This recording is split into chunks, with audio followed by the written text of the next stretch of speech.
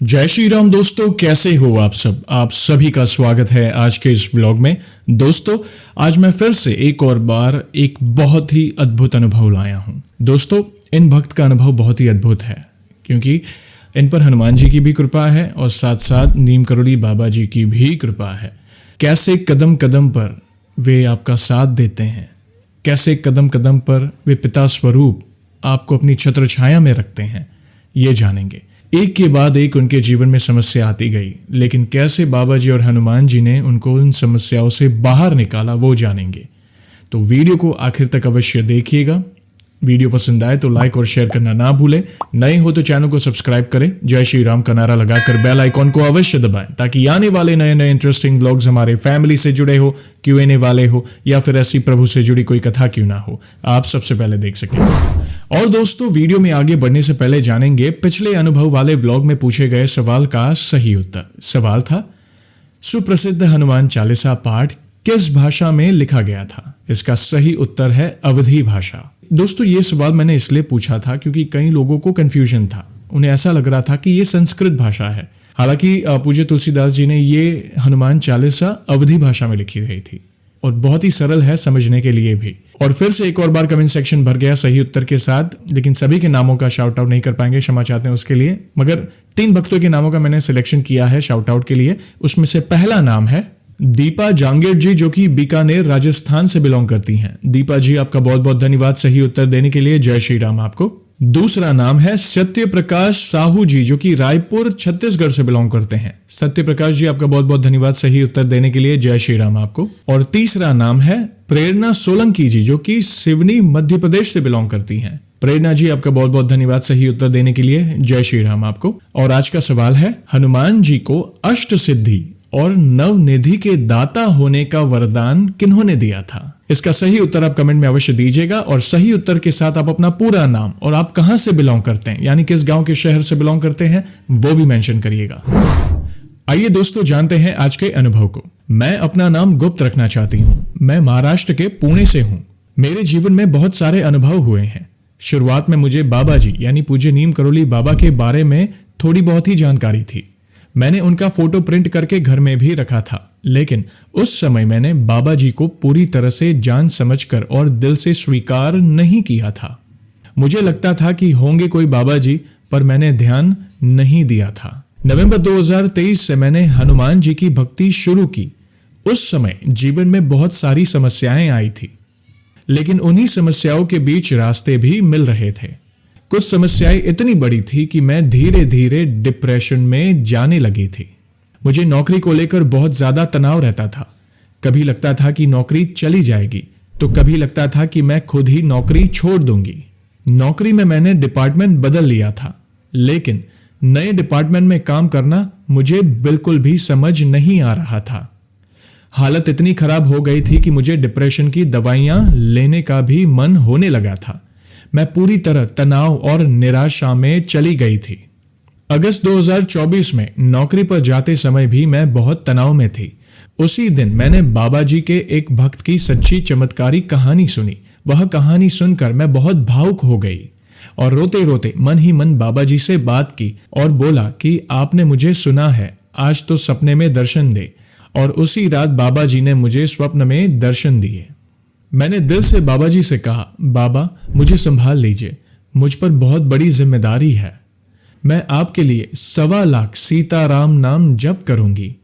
और आश्चर्य की बात यह है कि मैंने वह नाम जप सिर्फ 1 महीने में ही पूरे कर लिए। मुझे अच्छा पेमेंट मिलने लगा, इंसेंटिव, ओवरटाइम, सब कुछ मिलने लगा। धीरे धीरे परिस्थितियां सुधरती चली गई। आज मेरा और बाबा जी का रिश्ता बहुत ही मजबूत हो गया है। बाबा जी ने सच में मुझे संभाला है और मेरे जीवन में एक नई दिशा दी है।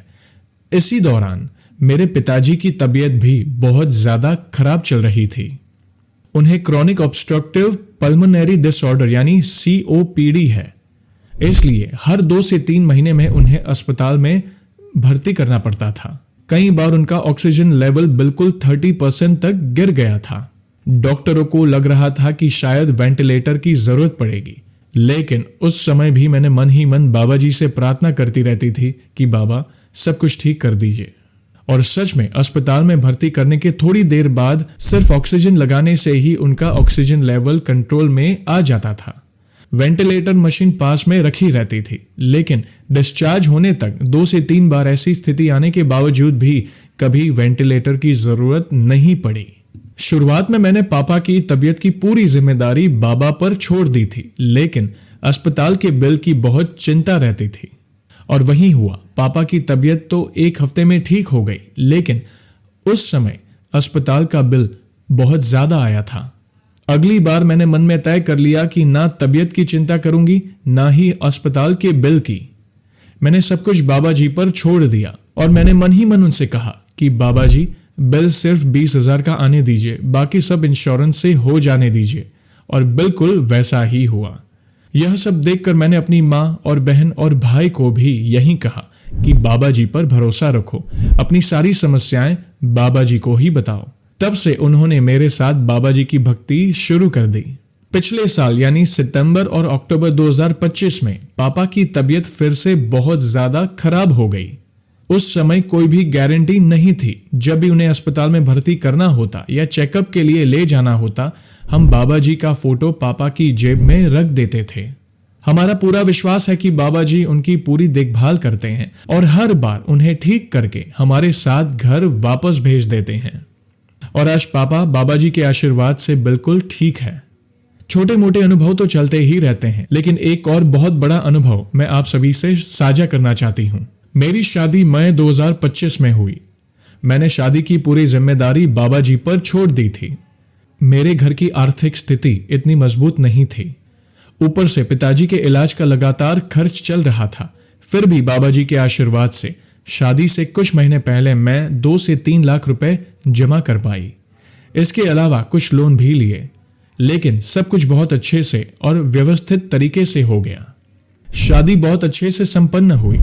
मेरे मन में सिर्फ एक ही डर था कि मेरी शादी में किसी भी तरह का झगड़ा या विवाद ना हो।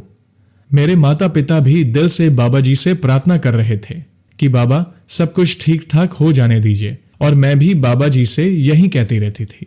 और सच में सब कुछ बिल्कुल वैसा ही हुआ। ना कोई विवाद, ना कोई झगड़ा, सब कुछ शांति, खुशी और संतोष के साथ संपन्न हुआ।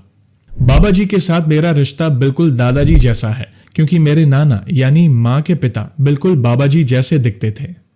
वे मुझसे बहुत प्यार करते थे, और जैसे नाना जी ने मुझ पर प्यार लुटाया, उससे भी कहीं ज्यादा प्यार बाबा जी मुझ पर करते हैं।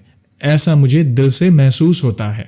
कभी कभी मेरे पास पैसे नहीं होते, तब मैं मन ही मन बाबा जी से कहती हूँ कि बाबा, इस महीने घर कैसे चलेगा, सब कुछ कैसे मैनेज करूं।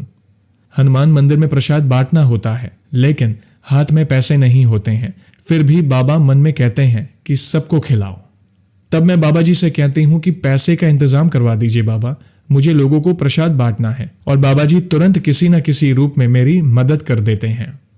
फिर मैं हनुमान जी के मंदिर में जितना मुझसे संभव होता है उतना प्रसाद बांटती हूँ, और ये सेवा वे ही मुझसे करवा रहे हैं। यह सब करते समय मुझे दिल में बहुत आनंद मिलता है। बाबा जी बहुत महान है। कई बार मैं उनसे मन से कहती भी हूँ कि मुझे दर्शन दीजिए, तो वे सपने में आकर मुझे दर्शन भी देते हैं। आज भी जीवन में तनाव बहुत है, लेकिन उन तनाव की वजह से मैं पहले की तरह गहरे डिप्रेशन में नहीं जाती। कुछ समय बाद मैं सब कुछ भूलकर खुद से ये कहती हूँ कि मेरे बाबा है ना, वो सब संभाल लेंगे, और तुरंत मेरा मन शांत हो जाता है।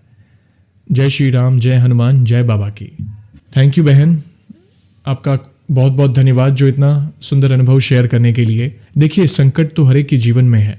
किसी का भी जीवन एक समान नहीं है, उतार चढ़ाव तो लगे रहते हैं, लेकिन जिन पर हनुमान जी की कृपा होती है, जिन पर बाबा जी की कृपा होती है, तो सारी व्यवस्थाएं वे करते हैं, रास्ता आसान हो जाता है। और ऐसा ही कुछ जाना हमने इन भक्त के अनुभव में। तो विश्वास रखिए, वे अवश्य आपकी सहायता करेंगे। बस सच्चे हृदय से उन्हें पुकारे, वे कभी भी आपको निराश नहीं होने देंगे। और दोस्तों, आप सभी को तो पता ही है कि व्लॉग को हम ऐसे ही एंड नहीं करेंगे, प्रभु के नाम का गुणगान जो करना है। आज भी मैं दोस्तों बहुत ही सुंदर पंक्तियां लाया हूं। अगर आपको ये पंक्तियां आती हैं तो मेरे साथ अवश्य गाइएगा। तो बोलिए, सियावर रामचंद्र की जय, पवन सुत हनुमान की जय। सतयुग में हरि ध्यान से रीझे, त्रेता युग में यज्ञ किए से, द्वापर में संतुष्ट हो प्रभु जी, विधिवत पूजा अर्घ्य दिए से। ज्ञान न ध्यान न यज्ञ न पूजा, ज्ञान न ध्यान न यज्ञ न पूजा, स्मरण करो बस सच्चे ही ऐसे। कलयुग में कीर्तन प्रिय श्री हरि, सद्गति दे बस नाम लिए से। सबसे सहज कली काल है जिसमें, मुक्ति मिले बस नाम लिए से। जय श्री राम, जय श्री राम। इसलिए तो कलयुग में नाम जप की बहुत महिमा है। जो भी नाम जप करे सच्चे हृदय से करे, राम नाम करे, कृष्ण नाम, महादेव, देवी माँ, एक नाम पकड़े और अपने जीवन को समर्पित कर दे। सुबह शाम दिन रात उस नाम को अपने सांसों में पिरो लीजिए, देखना प्रभु की कृपा आप पर अवश्य होगी। वो कहता है ना, कलयुग केवल नाम अधारा, सुमिर सुमिर न रुतर ही पारा। पूज्य प्रेमानंद जी महाराज भी नाम जप की महिमा ही समझाते हैं।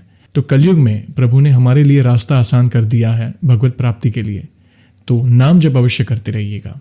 दोस्तों, ये पंक्तियां कैसे लगी और आज इन भक्त का अनुभव कैसा लगा, प्लीज कमेंट के माध्यम से मुझे अवश्य बताएं।